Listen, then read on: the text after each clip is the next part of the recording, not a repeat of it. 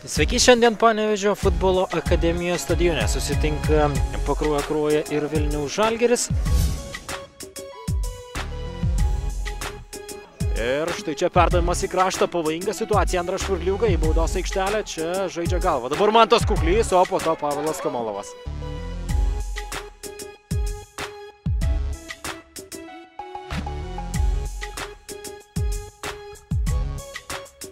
O dabar perdavimas į baudos aikštelę, Kamilio Bilinskio smūgis.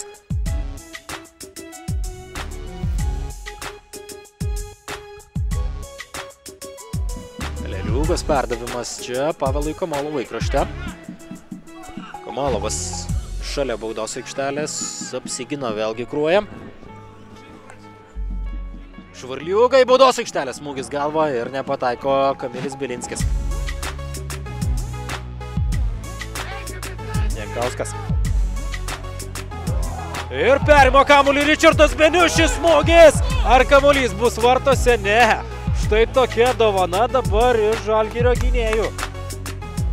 Tokias pavojingas progas, 1-0 ko gero Kruoja pirmauja. Pavojingiausi buvo perdavimai Kamiliui Bilinskio, štai čia smūgis ir gelbėja savo komandą Maris Eltermanis. Jakubas Vilkas. Dabar į baudos aikštelę ir smūgis į skersinį pataiko Algis Jankauskas.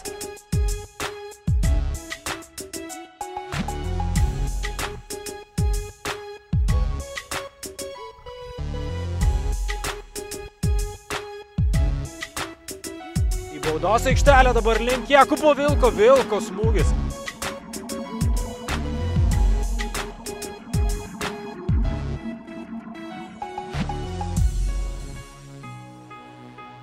Smūgis iš toli.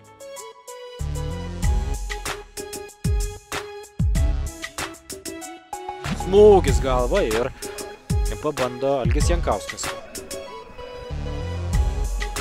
Radavičiaus perdavimas į baudos aikštelę. Ir Kamilis Bilinskis palieka dabar savo baudos aikštelę, kai komanda atakuoja. Vedranas Gercas perdavimas Artūrui Žulpai. Negalima sakyti, kad Kruoja mums yra neparanki, tai tiesiog gera komanda. Jakubas Vilkas ir dar vienas bandymas smūgiuoti, Vedranas Gercas nepataiko.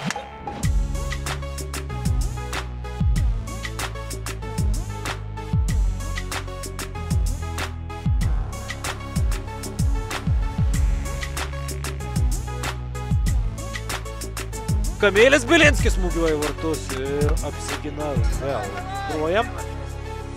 Arlauskis meta kamuolį ir tai yra viskas lygiosios ir dar vienas atrodo Pakruojo komandos džiaugsmo šokis.